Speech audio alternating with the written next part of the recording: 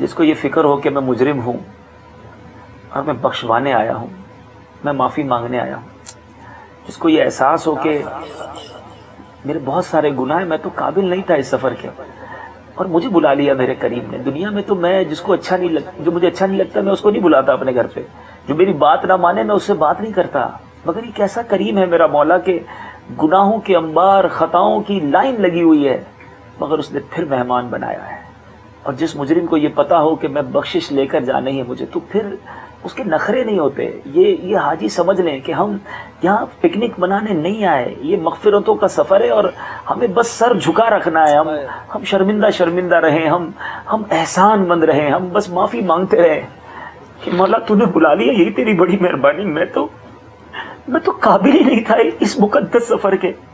اب مہمان بنایا ہے تو بخش بھی دینا، اب معاف بھی کر دینا، اب نیک حاجیوں کے صدقے اب گناہ گاروں کا حج بھی قبول کر لینا۔ ہمارا تو یہ سارا سفر ان نیتوں کے ساتھ ہو کہ میں خیر خواہ بن کر سفر کروں گا، میں اللہ کے مہمانوں کی خدمت کروں گا، پتہ نہیں کسی حاجی کی دعا لگ گئی تو میرا کام بن جائے گا، وہ اللہ کا مہمان ہے، اللہ نے اسے بلایا ہے، وہ دعا کرے گا تو میرا حج قبول ہو جائے گا۔ اگر میں اللہ کے مہمانوں سے لڑوں گا، میں اللہ کے مہمانوں کو دل دکھاؤں گا تو پھر میرا کیا بنے گا؟ میری تو اوقات ہی نہیں تھی آنے کی۔ جس کو یہ پتا ہو کہ اس کی اوقات ہی نہیں ہے، وہ قابل ہی نہیں تھا، اسے بلایا گیا، تو اس کے نخرے نہیں ہوتے، قیدی کے نخرے نہیں ہوتے۔ اللہ کرے کہ یہ جذبات سارے سفر میں ہم سب کے ساتھ رہیں، اور اچھوں کے سفر کے صدقے ہمارا سفر بھی اچھا ہو جائے۔ تو نے مجھ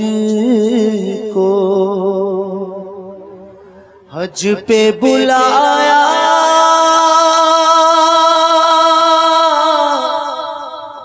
پیارا کعبہ دکھایا، تو نے مجھ کو حج پہ بلایا،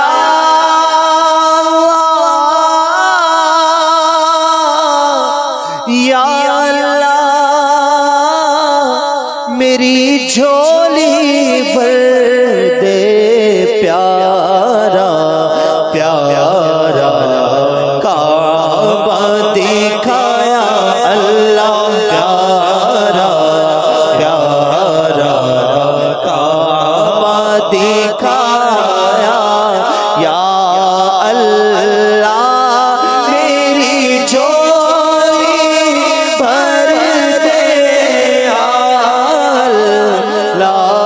میری جھولی بھر دے، یا اللہ میری جھولی بخش ہماری ساری خطائیں،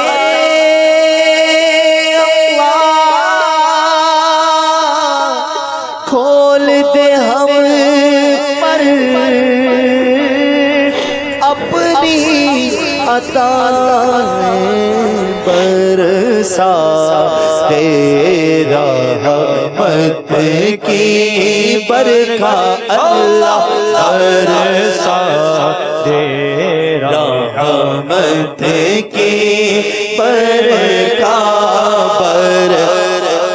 دے رحمت کی برکھا،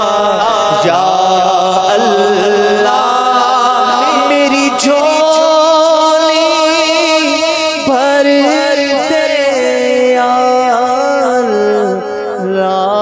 میری جھولی بھر دے۔ صلو علی الحبیب صلی اللہ تعالی علی محمد۔ مجھے اپنی اور ساری دنیا کے لوگوں کی اصلاح کی کوشش کرنی ہے انشاءاللہ۔